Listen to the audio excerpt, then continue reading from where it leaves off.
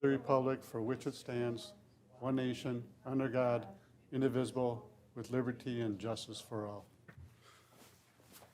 I'd like to welcome everybody. I know the weather's getting a little bit nicer. It's actually, is it above zero yet, or is it still a little bit below? I tell people, I got friends out of state, and they ask me, what is it like to be where it's 20 below? And I said, well, just think of yourself as a popsicle, and you stand out there. So they just don't understand how people can live where it's this cold. At this time, Jenny, if you take the roll. Councilmember Thorson? Here. Councilmember Peterson? Councilmember Cole? Sorry. Is he? Councilmember Cole, are you there? Are you out in the? Councilmember Wong? Here.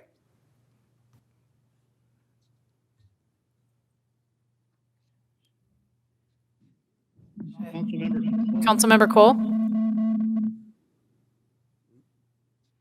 Has his camera, and there you go. We'll work out the bugs here real quick. Okay. Councilmember Cole? Can you hear me and see me? There we go. Ooh, horrible camera, wow. On you or on us? He's there, okay. Okay, Councilmember Cole. And Mayor Furlong. Here, quorum is present. This time, motion to adopt the agenda. So moved. Moved by Councilmember Thorson, Second. second by Councilmember Wong. All those in favor signify by saying aye. Aye. Aye. Opposed? Agenda is adopted. So we got this kind of half Zoom and half, we're so used to doing Zoom that we do a roll call, but now we're doing, because we're live, we're able to do the live, what do you call it? Whatever you call it. So at this time, we do have a presentation, and we have Robert Dew here from the EDA. So welcome, Robert. I would say you're right up here.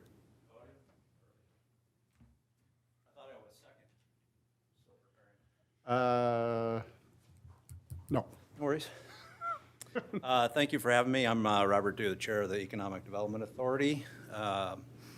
And I'd like to say welcome to the new council members, Councilmember Wong and Councilmember Cole. Hair's much better in this. Hair's much better in the still photo. I've provided a written copy of the EDA annual report. I'm sure that you were all anxiously awaiting it and read it cover to cover once it arrived in your inbox. So I won't go through it verbatim, but I'll try to hit some highlights. And I wanted to be here in person, just be available for any questions or any discussion that might stem from that. I do want to provide just a brief history of the EDA for those that may not know it. The EDA was founded as a task force back in 2008. And I believe in 2010 it was formally converted into what it is today, the Economic Development Authority. At the time that it was formed as a task force, there was, although the city had a comprehensive plan and a few other documents that somewhat guided it, there wasn't a great alignment in vision. There was a lot that really needed to happen or was going to happen in this town at one point or another. So, the thought was to get a group together that could help provide some focus and some stimulus, to those activities and help, guide the vision of the council and the city at large for a lot of the properties and things that were vacant or becoming available or what have you. So. One of the things that about the history that I think is important for people that don't know, if you look around the town today, everybody, it's vibrant. There's all kinds of development activity. In particular, a lot of people equate the EDA to development activity. That's not all that we do, but it is a big part of what we get involved in.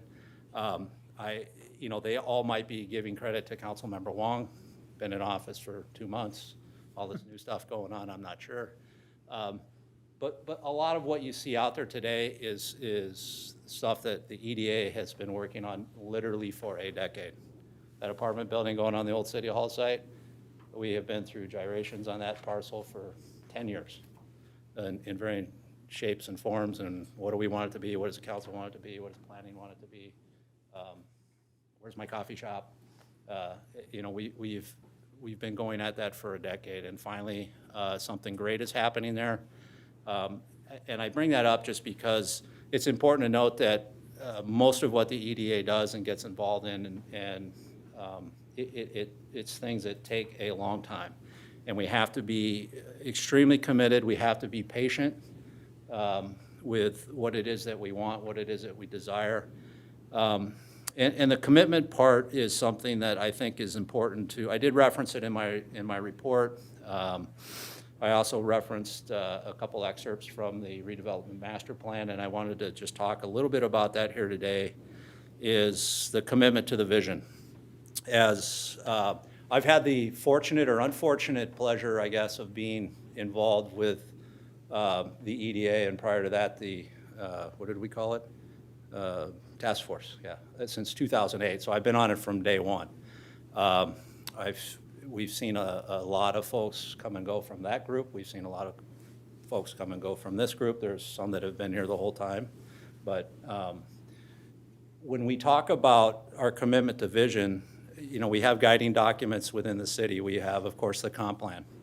If anybody looked at the prior comp plan, I always like to refer to the anchor block site, and I'm almost certain what we showed on the anchor block site down there in the not the current comp plan, but the previous one, was the Bellagio.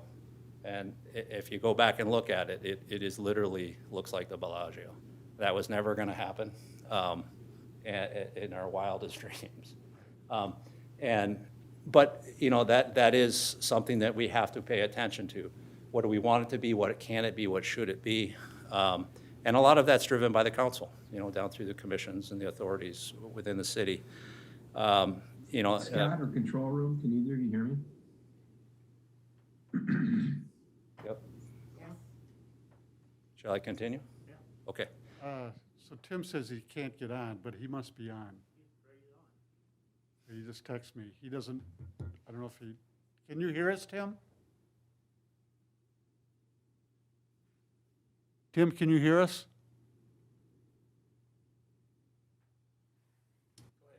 I'm sorry, Rob. I have a portion here I wanted to talk about Councilmember Cole, so I'll do that now. No, I'm just kidding. That's a good idea. Should I continue, or do you want me to wait? Why don't you wait 2 seconds here, just see if you can. And I apologize. It seems like every meeting we're dealing, I was in the groove, too. right. You were in the groove. I was feeling it. I know. Here you, no, never mind.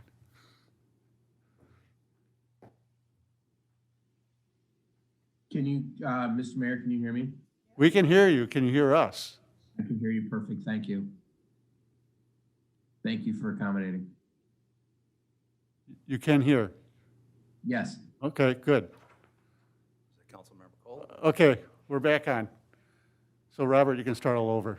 No, I'm just Start from the kidding. beginning. Okay. I'll try to pick up where I left off. I was referring to the guiding documents, and, you know, the comp plan, you know, which, you know, very high-level, broad vision of a lot of things that we intend to do, and we'd let the powers that be at Met Council bless and what have you. You know, we also have a number of other documents in the city. We have the redevelopment master plan. That is something that a lot of work went into by a lot of folks within the city and was adopted by the city council, I believe, 2016, something like that. I don't know the exact date, but a handful of years ago. And when I was writing this report, and we had some issues come up in the EDA, it was brought to my attention by folks that I wouldn't have expected, and said, we don't look at that we've never looked at that document. I haven't looked at that document in years.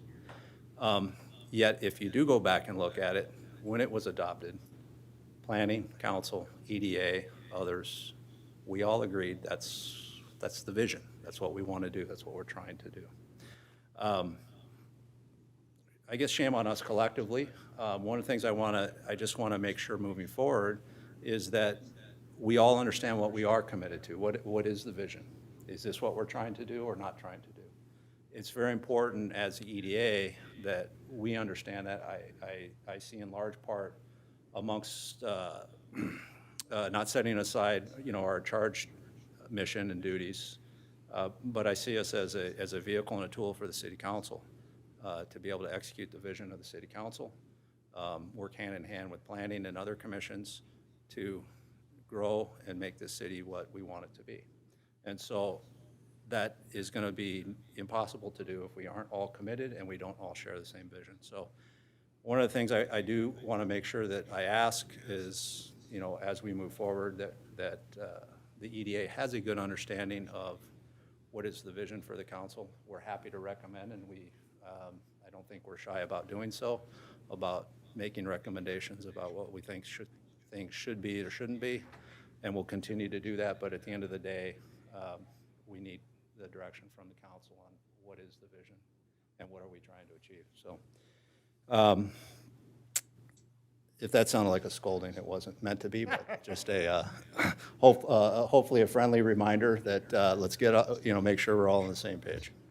The EDA over the last 10 years, really over kind of the last 6 years, as you noted in our report, a lot of significant development,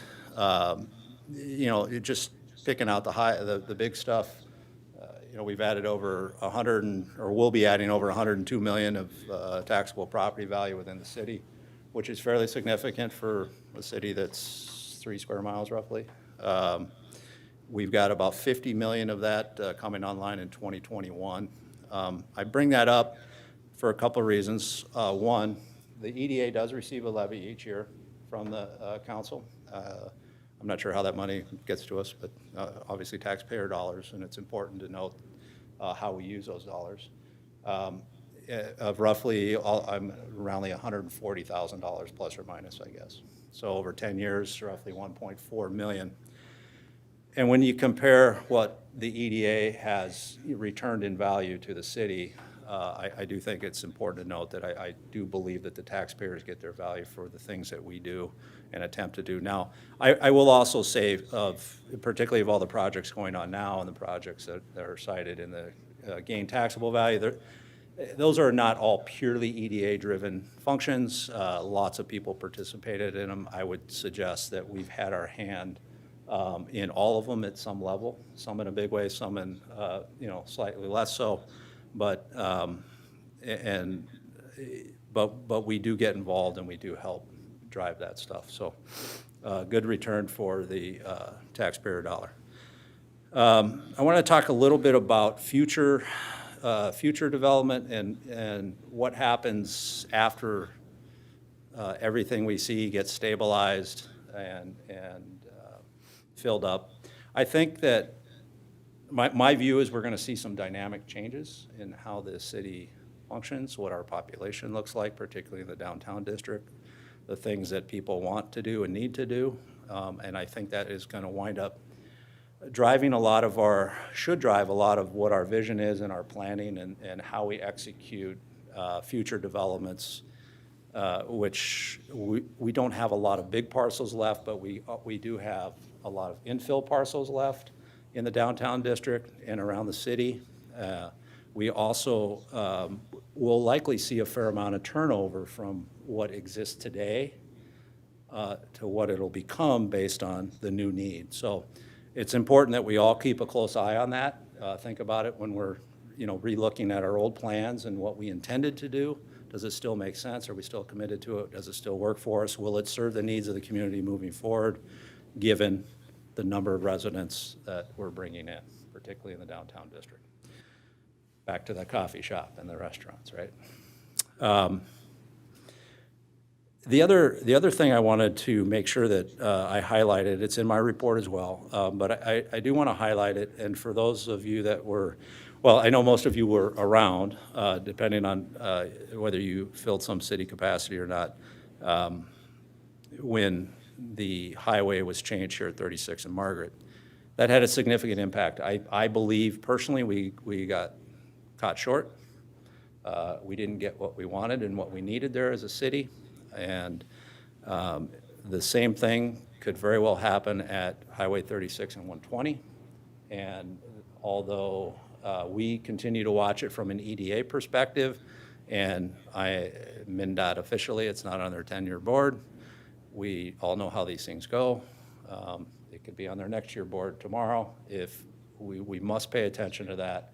We must make sure that we are at the table as strong stakeholders and do our best to get what is right for the city of North St. Paul, as that's one of our primary, really one, if not our most important, one of the most important gateways to our city. And we can't let what happened here, let Margaret happen there, because that could be a problem. So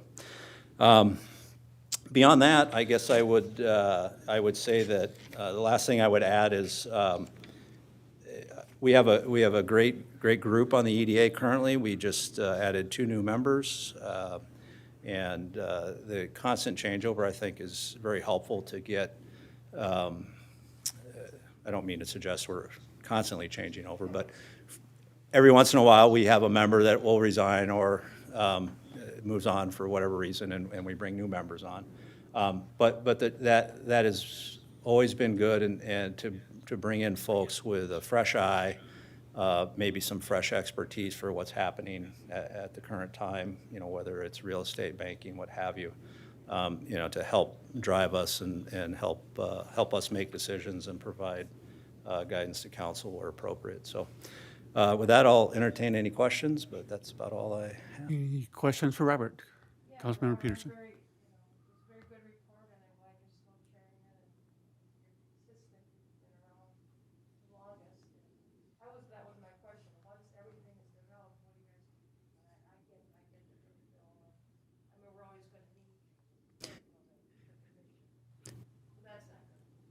Yeah, I would suggest not, and I would strongly encourage not, because I think that as difficult as some of the larger parcels were to actually get moving, I think some of the infill projects and some of the turnover, what I would call turnover projects, are going to be even more challenging. I did, and I'm glad you brought that up, because one of the things that has changed over the last decade is 10 years ago, we were in a spot literally where it's like, well, we'll take anything that comes along. Will anybody come here and build something? And that's really where we were. And some of the proposals we entertained and talked about down on the old Anchor Block site, I don't even want to mention in the council chambers. But some of them got traction. What's going to happen, or what's happened over time, is I think we are in a much better position as a city. I think we have much more to offer. And I think we find ourselves in a good spot where we can be selective and should be selective about what we want it to be and what should it be. Because there's already somewhat of an exodus from the downtowns. I think that's going to continue for a period of time. With all of the new residents that we're bringing in the downtown district, a lot of the things that we see here now may have no value. I'm not singling out any business or anybody in particular, but things change. When you bring that many people in, things change. And we'll have some decisions to make, but we hold a lot, I think we hold a lot more cards, and we should understand that. And we should do our best to make it what we want it to be and what it should be. There is certainly the approach of just let the market do it, let the market take care of it. It'll become what it should be, and let the market handle it. I don't fully subscribe to that. I do like market forces driving things, but we do need to pay attention. So we have the opportunity to inject where appropriate and make sure that we're getting what we want. Because I just don't believe it's a good policy to let it happen to us. I think we have to be proactive and understand who we are and what we want to be. So. Any other questions for Robert? Councilmember Thorson.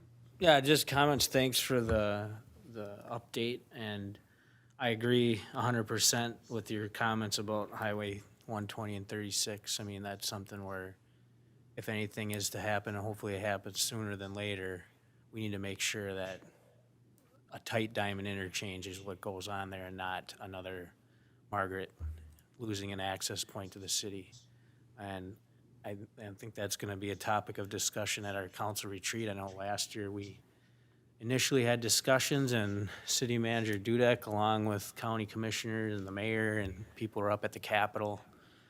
But that's going to be something we just have to continue to push hard for, because if we just sit back and wait, nothing's going to happen. And yeah, I think, your comments about the vision, shared vision, or being on the same page, these documents that we have as a guiding principle. I mean, I share a little different opinion. I think the free market is the ultimate driver.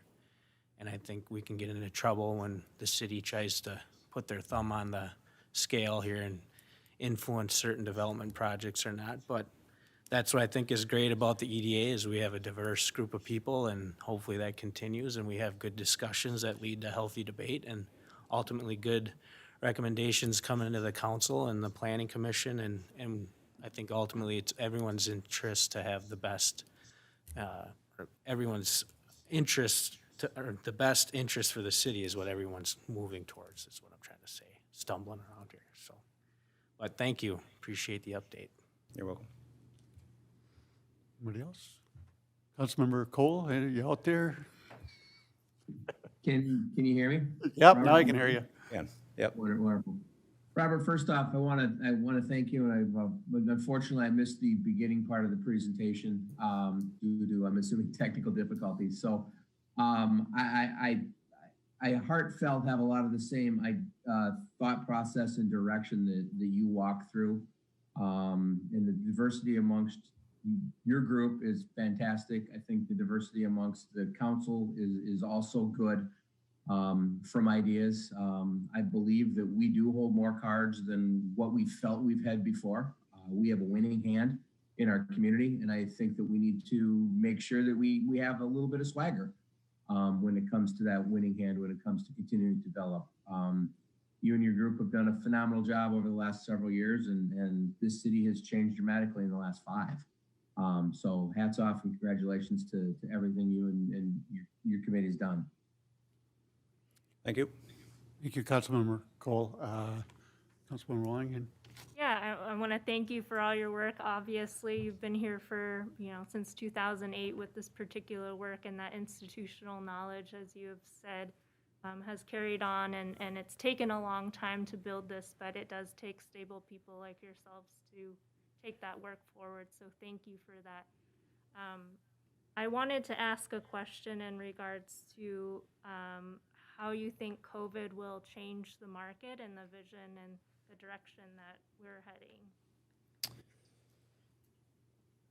heading. Probably a bit out of my lane in the sense of trying to anticipate, where COVID goes and what is the new normal. I do think that we've likely already seen and will continue to see some impact from it. And I know, albeit there's other factors at work. I mentioned the downtowns, Minneapolis and St. Paul, and what at least I perceive as somewhat of an exodus going on. And the market study folks are telling us the same thing, that whether it's the COVID restrictions, whether it's other factors that are going on in the downtowns, people are saying, I'm going to get back out to the burbs, and some aren't going to go all the way out to the hobby farm burbs, which kind of lands them somewhere in our range. And so I do, and with all the new activity, I think we'll just continue to see probably some higher densities is something that is important to look at. Now, again, is that COVID driven or driven by a multitude of factors? I'd say the latter, probably. But I don't think I could pin anything down directly related to COVID or the impact vis-a-vis the EDA anyways. Okay, thank you, Robert. I, It? almost. Cool. Where's the next golf game at? Heading south Well, soon, I've, or- so, what, 10, 12 years, I'm still waiting for my stipend. I haven't got it yet. Well, I'm just kidding. It's in the mail, perfect. thank you for all you do, and I agree with everything you're saying, and how the group has been very, receptive to all the things that have been going on in the city for the last 10 years, 12 years. It's been a really a target that we've been kind of working towards, and I think we're getting there, A so lot of work behind it. a lot of work behind it. So thank you very much. You're welcome. Okay, thank you, Mr. Mayor, Council. Take care. So at this time, we don't have any other presentations. We have the consent agenda. That's the January 26th special meeting minutes, the February 2nd workshop meeting minutes, the February 2nd regular meeting minutes, general accounts payable of $1,144,582.61, the HRA accounts payable of $5,148.30, and then the financial transparency quarterly finance and project reports. Is there a motion to accept the consent agenda? Moved by Councilmember Peterson, Second. seconded by Councilmember Wong. Any other discussion? Or at this time, anyone can pull anything. If they need to at this time, they can do that. If not, all those in favor signify by saying aye. Aye. Aye? Aye. Opposed? Motion carries. We're all delayed with the, this time the meeting is open to the public. Before I get to RT, because I know he's here, is there anybody else in the public that would like to talk? We do have Or like to, one I'd like member to raising their welcome? hand. John is raising his hand. Okay. Welcome, John. You get John brought forward here. And again, we'd like to limit to approximately about 3 minutes. My unmute just came up. Anyway, I'd like to, John Schmall, 2750 Chisholm Avenue. I'd just like to let you know, this was the strangest commencement of a meeting that I've ever experienced. I had to watch Councilmember Cole say that his camera was really bad, and then it went off to just a picture of him, and then 10 minutes later, the meeting started. So if the hundreds of people that were waiting to watch the meeting probably were put off by what had happened. I was pleasantly surprised when I returned from the cabin on Saturday on Chisholm, drove towards my house, and wonder of wonders, the electric transformers were cleared of snow, and so were the fire plugs. It's amazing, absolutely amazing. 3 years, but you have to be able to wait for good things to happen. Just and this meeting, could Council Member Peterson please turn on her mic when she speaks? Okay, we'll do that. We got it. Okay, well, I couldn't hear her even now, so. That's the way it is. And just as a short note, today on NPR, there was a story about the biggest or the largest producer of wind energy in the state called Texas, having their wind generators freeze up. So we could have given them some advice to that when the weather turned cold. They got the wrong oil in theirs. So did we. Thank you. So, thank you, John. Appreciate it. Anybody else in the audience? Not? RT, you're up. Welcome. Thank you for having me. I'm going to try to do this, if that's okay. Are you sure? Yeah. I don't really prefer turning my back on anyone when I speak with them, but First of all, my name's R.T. Luchek. I'm the director at Kokoro Volleyball. We are the current tenant over at the former community center. We've been running Kokoro Volleyball for 10 years now. We have a wonderful home here in North St. Paul. We've really enjoyed being there. And I thought that Mr. Dew's presentation today was actually timely. And the reason for that is because he's talking about city development. And what we are at Kokoro is we're actually the catalyst of it, and we're the insurance too. The catalyst because we bring approximately 100,000 visitors into North St. Paul every single year. That's growing every single year as well. We are also the insurance because our visitors do not mind where they get off Highway 36. They really don't. We're going to have visitors no matter what. We're a volleyball program. We have daytime programming, daytime in the summer, evening program most of the year. And it's a little unique in that we have a captivated audience. So the parents are going to drop off their athletes, and they're going to be in town for an hour or two. What are they going to do? They're going to visit your shops. They're going to go to Target. They're going to spend money in the city. So the development that's actually currently occurring, we are going to contribute to that. We've also contributed by promoting the city itself. We participated in there was a promotional video that was done a couple of years back. We participated in that gladly. Our experience with the city has been wonderful. But let's talk about the facility for just a moment because we have submitted a proposal, actually a couple, to the city for consideration. Our goal is to work with the city so it's a win-win, period. That's what we want. We want a win-win for the city at all times. If we could purchase the facility, wonderful. If we can engage in a long-term lease, great.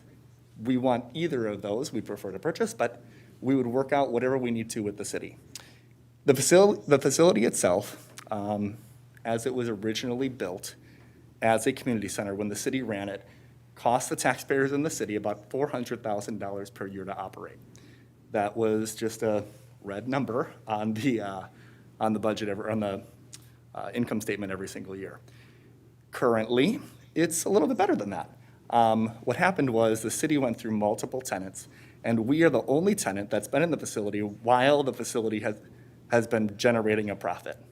That profit is meager, but is a profit nonetheless. That current profit does include money for capital improvements, and that's been occurring for probably the past 5 years since the hockey program was in there with us, which is another story. But I digress. What we want to do is we want to move forward. We want to utilize the facility and expand our operation just a little bit. We can take over some of the other spaces to increase the amount of traffic that we have in the city. Things that we've already done. We've been great members of the community, at least we think so. We've already renovated the facility. We've done repairs. We've even done repairs to the roof above the library, just because we have a great relationship with Ann. Ann is wonderful. Library needed to be fixed. We have a dad that can fix it, so guess what? We're going to pay him to get up on the roof and fix the roof so that there's no more leaking on the books.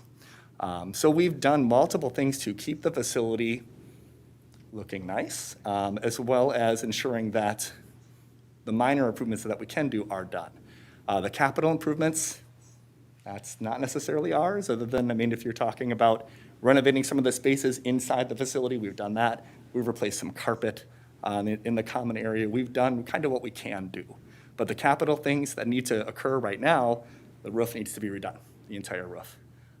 The parking lot will be due eventually, but I think that's a different part of the city. That's a general city parking lot.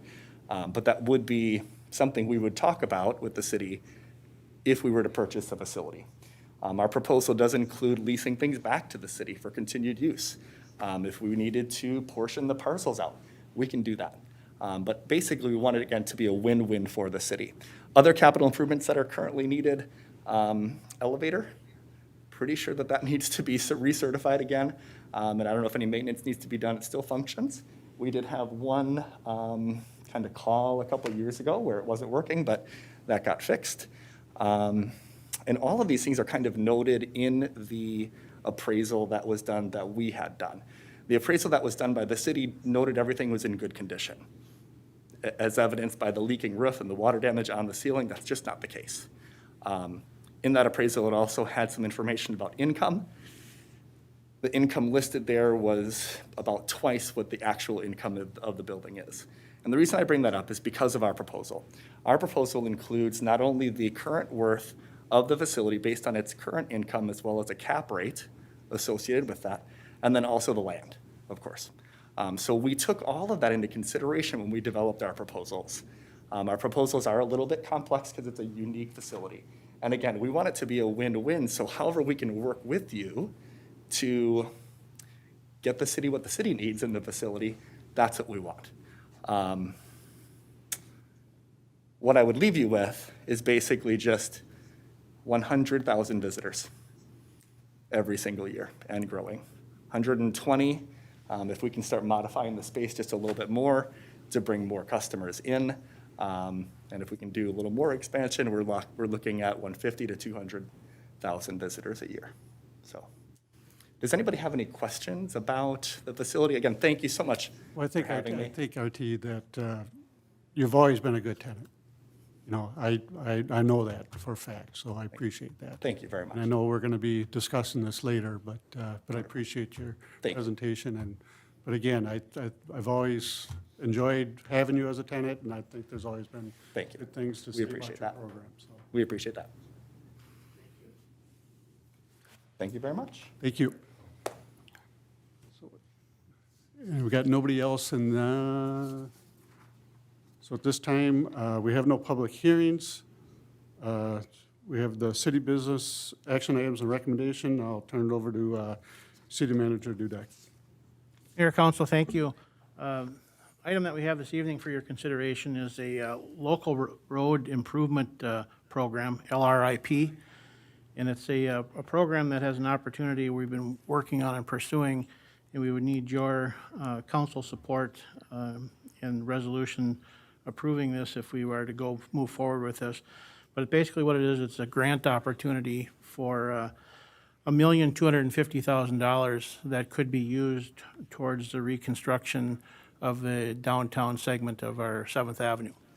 And we believe we have a very strong application for this because of the reconstruction that took place on the west end of town last summer on 7th Avenue from First Street running west. And then with the redevelopment work in the downtown where we did the work around the current project. So that's stalled out now, basically mid-block between, on 7th Avenue between Margaret and Helen Street.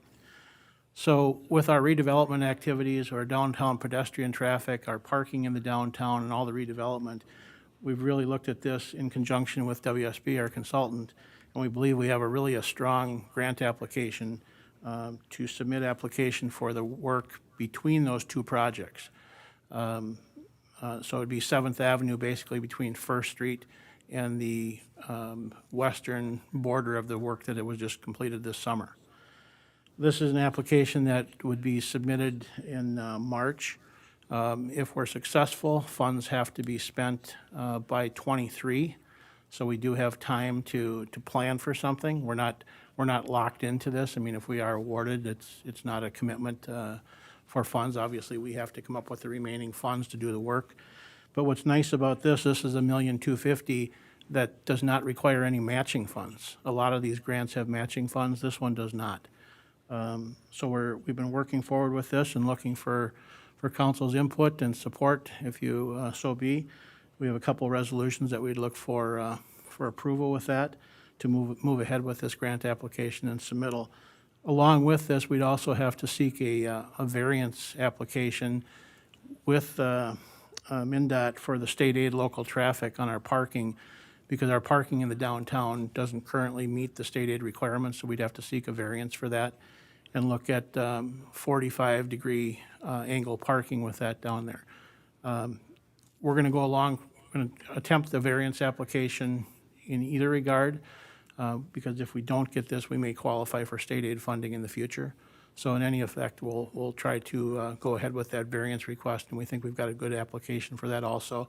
We have talked to the variance board and think that will likely be achieved. So if you have any questions, again, we're looking for your support to submit this grant application for work in the downtown. So I believe when we did the redesign for downtown, that was one of the stipulations that we looked at in regards to state funding. And we kept the angle parking because it kept us at a lot more, able to park a lot more cars down there. Many more cars, yes. Many more cars. Yes. So how will this change that now?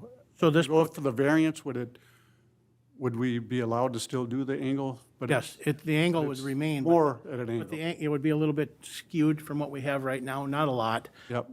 You know, I can't remember what the distance is, but we may lose, I think it's, in one side of the one block, we may lose 8 parking spaces because of the angle change to meet the requirements of this. But by going to the angled parking, we add a number of parking that we don't have today.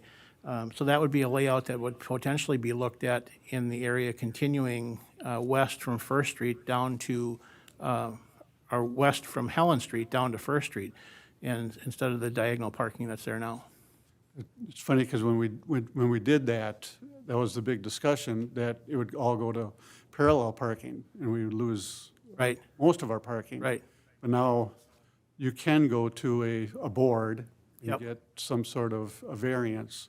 Correct, and that's what we'll attempt to do. As you know, parking in the downtown is a premium, and as we continue to do this redevelopment, we need all the spaces we can get. Right. Any other questions for city manager?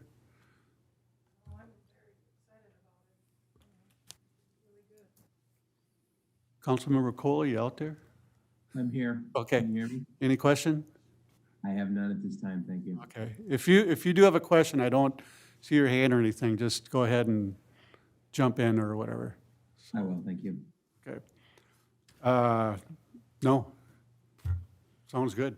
If there's none, I've got a couple resolutions attached for your approval. So at this time, the motion is for a resolution authorizing submission of local road improvement program grant application for 7th Avenue reconstruction project. Is there a motion? Moved by Councilmember Peterson, I'll second. second by Councilmember Thorson. Any other discussion? If not, all those in favor signify by saying aye. Aye. Aye. Opposed? Motion carries. Second resolution is, motions for a resolution requesting a variance from the Minnesota Department of Transportation from Minnesota rules, minimum design standards for 45-degree and 60-degree pull-in diagonal parking for 7th Avenue street improvements. Is there a motion? So moved. Moved by Councilmember Thorson. Is there a second? I'll second. Second by Councilmember Peterson. Any other discussion? If not, all those in favor signify by saying aye. Aye. Aye. Opposed? Motion carries. City Manager Dudek. Yeah, that's the only other action item for this evening. Reports from the city manager and departments? Just a couple. You heard some of this through our workshop earlier this evening, but I want to thank our Public Works Department and our electric utility departments that are working out in this frigid weather that we've had for this past week and weekend. Our Public Works crews were out on Sunday morning, this past Sunday morning, repairing a water main break at 20-degree below temperatures. So thank you for all their work. They were working on 14th and McKnight on Sunday morning, repairing that. So thank you to the crew with that. We seem to be in a weather warming trend now. Hopefully by the end of the week, we'll be back up into the 30s. Normally, that's when we see these water main breaks, usually at the onset of a storm coming in or cold front coming in. We'll usually see it there or coming out of it. And when you think about the weather that we're going to have, in the 30 degrees by the end of the week, that's a 60-degree temperature swing from where we've been. So hopefully we can make it through that without any issues. Construction in the downtown has been continuing. Those crews have been working out in these weathers also, continuing the project. And you'll see that ramping up as weather improves. Have talked to the developer for the Anchorview site that was approved at the last meeting, or a couple meetings ago, and closing has taken place. They have now a scheduled date to start their construction that will be March 1st. So the construction of the Anchorview apartments will begin on March 1st. Projects will be ramping up soon with Quick Trip I have a meeting scheduled with them to talk about their upcoming schedule, but we're nearing, that March timeline, and depending on the spring, they'll be looking at getting started also. So we'll have a lot of activity going on in that area soon. Any other questions, anything that council has?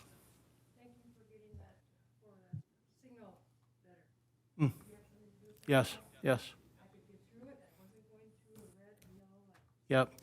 And our traffic signals in the downtown, the timing and that, and we've also heard from a couple people that it talks too much. And it's a loud talk. Well, that's part of the ADA requirements on the crosswalks and things like that. So, but they'll be continued to tweak and manage the system down there and get it adjusted properly. So if there's issues, please let us know. Speaking of that,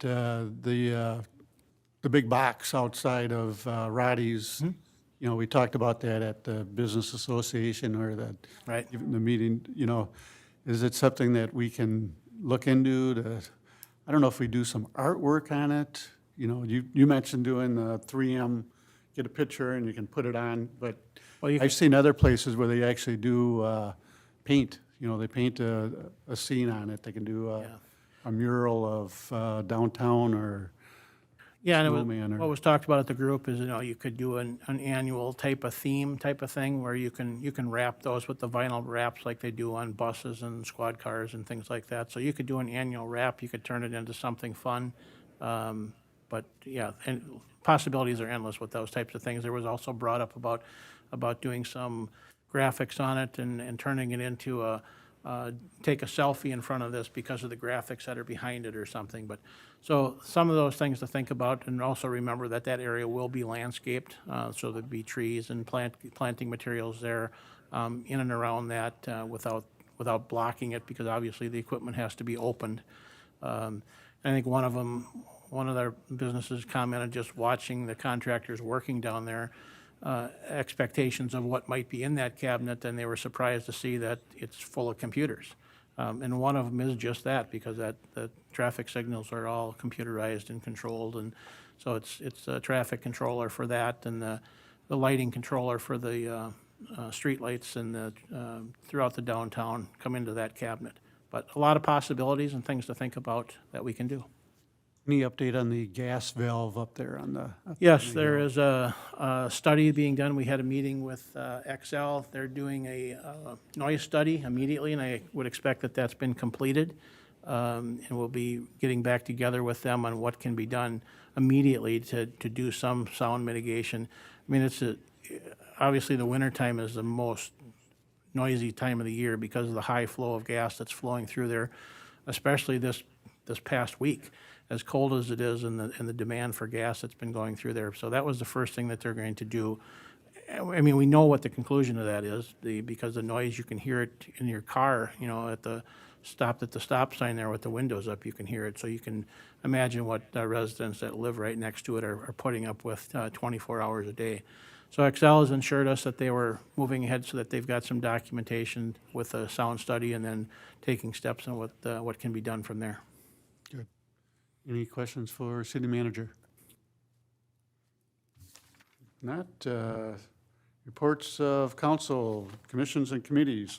Councilmember Cole. Can you hear me, Mayor? Yep. Wonderful. The Silver Lake Improvement Association held their meeting and elections on Monday night. Unfortunately, I was unable to attend. City manager, if you don't mind, can you just provide a few brief details? Sure. The mayor and I were both there. Maybe I'll allow the mayor to give his mayoral update. But I can chime in anywhere along the way. Nope, it was a good meeting. It's their annual meeting. They elected their board members, I think it's just the board members. They had two different, but gave an update on the health of the lake. And right now, it's moving in the right direction. It's going very well. They're in the permit session right now of trying to get their permits between now and spring in regards to the invasive species that are in the lake. Joyce Germscheid will be working on that permit side. Other than that, there was a few people that were on Zoom in a nice area of the country that was warm and sunny, and it was funny, one of them was cooking their dinner behind us, and you saw this big puff of smoke come up behind her, and she had no idea what was going on, but the husband's in the background with all the smoke coming out of the oven, and it was pretty funny. So, yeah, that's all.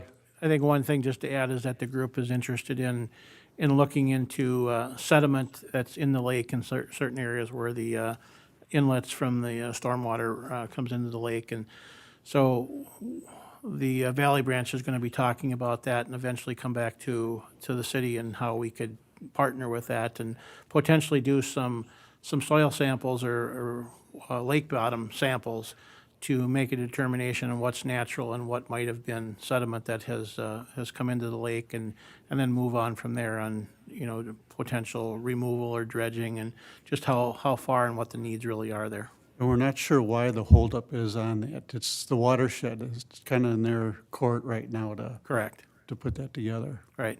So, Councilmember Cole. Wonderful. Thank you. Thank you both very much. I look forward to meeting with the group and being with them again. Their next meeting is April 5th at 6:30. Was there any discussion if they were going to remain Zoom at that time or in person? Do you know? Yeah. Do you know?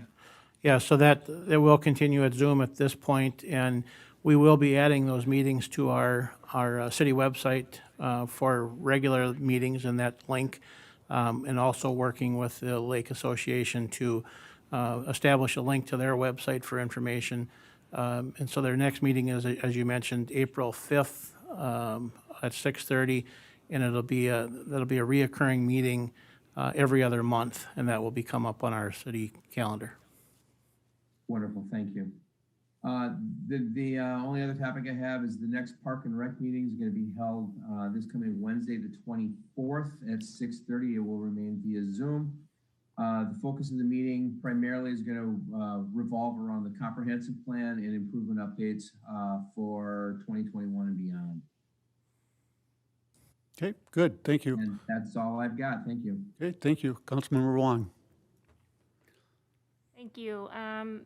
The Planning Commission met early February, and we went through several definitions and adjustments to bring forth, they will be bringing forth some changes to be updated with the existing comprehensive plan.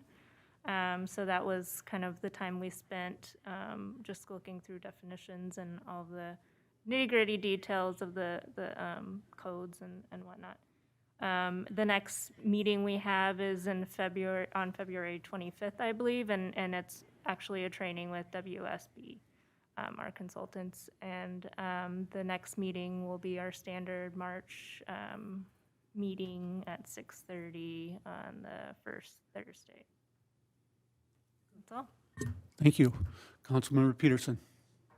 I just have one thing, Your Honor. Ramsey County League of Local Government had a legislative panel last Friday morning, and it was very interesting. There was about 12 local Ramsey County legislatures, Wigard and Lilly and all the rest of the guys and girls, ladies. Mental illness, I know Councilwoman, you were talking about the mental health. And I'm glad they're taking an approach, the Ramsey County is. There's services out there, and the Ramsey County League of Local Government is developing a plan, so I think it's right in the front, where it should be. COVID has not been helpful. There's been major suicides in the high school. I mean, it's just a sad situation. So I was glad to hear about that. And then it was a good dialogue with about 50 people. So it was good. Thanks. Good. Thank you. Councilmember Thorson. Yeah, our EDA meeting was canceled. We had some scheduling conflicts, but that was the kind of mid-month informal limited to an hour-long meeting. So our next meeting is slated for the second Tuesday at 3:30, or is it? Correct. Yeah, 3:30. I'm assuming that's still on Zoom, or are we meeting? Okay, still on Zoom, and that link's posted online. The Business Association met last Tuesday, the first meeting back at the Legion that we haven't, had since midsummer, so it was good to see a lot. We had quite a good turnout, and just kind of got some updates from the city manager about development, and just wanted to remind everyone that the Business Association is open not just to North St. Paul businesses, but the surrounding area. Membership, I believe, is $150. There's a link on the website, and the bulk of that money is used just for the lunches that are served. So worst case scenario, come get a lunch, but it was good to see everyone again. And they did Facebook Live. Yeah, working on incorporating some new technologies. So Brett had his phone going on Facebook Live, so that was good to see. And just a reminder too, of the Silver Lake Improvement Association, anyone can join that. You don't have to live on the lake.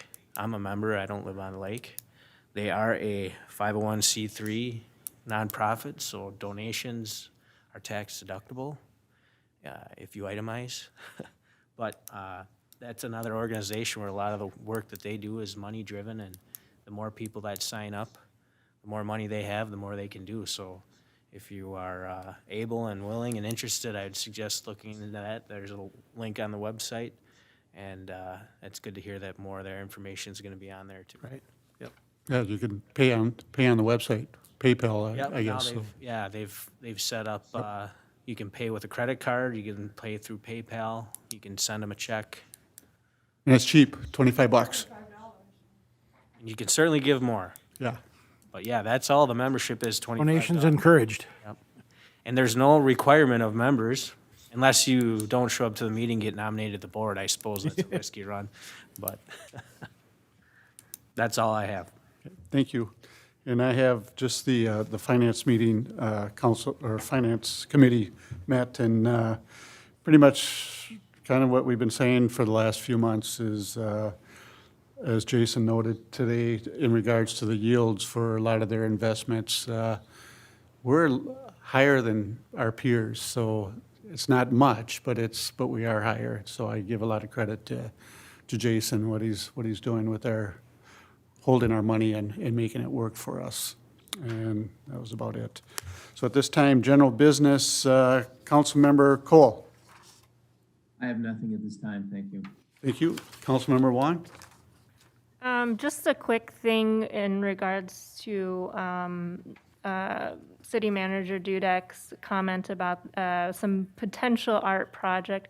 Kira, the Center for Urban Regional Affairs at the Humphrey School, or housed within the Humphrey School, is offering a grant opportunity to community members, I believe, to do some sort of art project.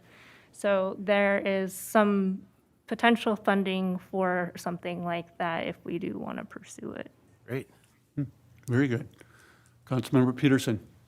Yeah, I attended a meeting along with the mayor with bar owners last week, just to check in about how their business is going. And they would like to work, together, because they're not in competition. If they're stronger as a, community, then we're stronger as a city. So they want to work together, instead of apart. And they do like the outdoor dining aspect. And City Manager Dudek had ideas about possibly tables and chairs might be a fundraiser. 'Cause they're not going to do a Pub crawl. senior class party will not be doing a public Up crawl. So we thought maybe they could do something in the fall, or we could maybe do something to raise funds for this outdoor equipment. It looks really nice. He had pictures. And they want to work along with the North St. Paul Business Association. That's all I have. Thank you. Councilmember Thorson? And I don't have anything except for, they did talk at the workshop today in regards to the catalytic converters. I know that it's been a hot topic on social media, in the media. I mean, it's just kind of rampant right now. And, what came from our police chief was to, it's rampant right now. And, the only way you can prevent it is, either putting your car in the garage, you know, making sure your garage door is down, park it in a lighted area, park it, you know, I don't know. I mean, there's just rampant right now, and they're trying to deal with it. They're, you know, the police, their hands are tied in regards to how they can arrest these people if they have catalytic converters in their car. It's they don't have serial numbers on them, so they don't know what car they came out of. So it's really hard for them.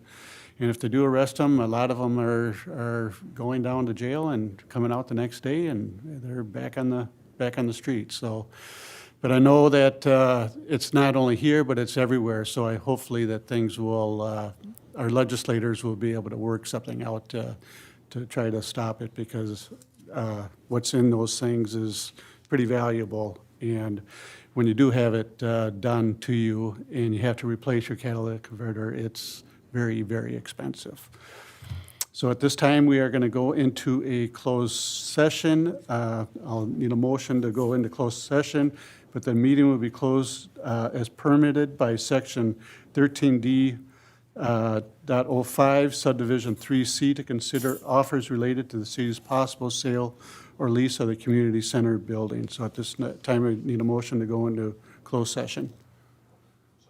Moved by Councilmember Thorson, Second. second by Councilmember Wong. Any other discussion? If not, all those in favor signify by saying aye. Aye. Aye. Aye. Nays? None. So at this time, we'll go into closed session. Thank you, RT. We'll take about a 5-minute break here and go from there.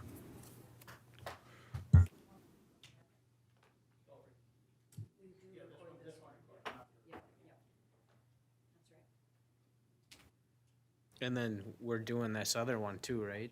No?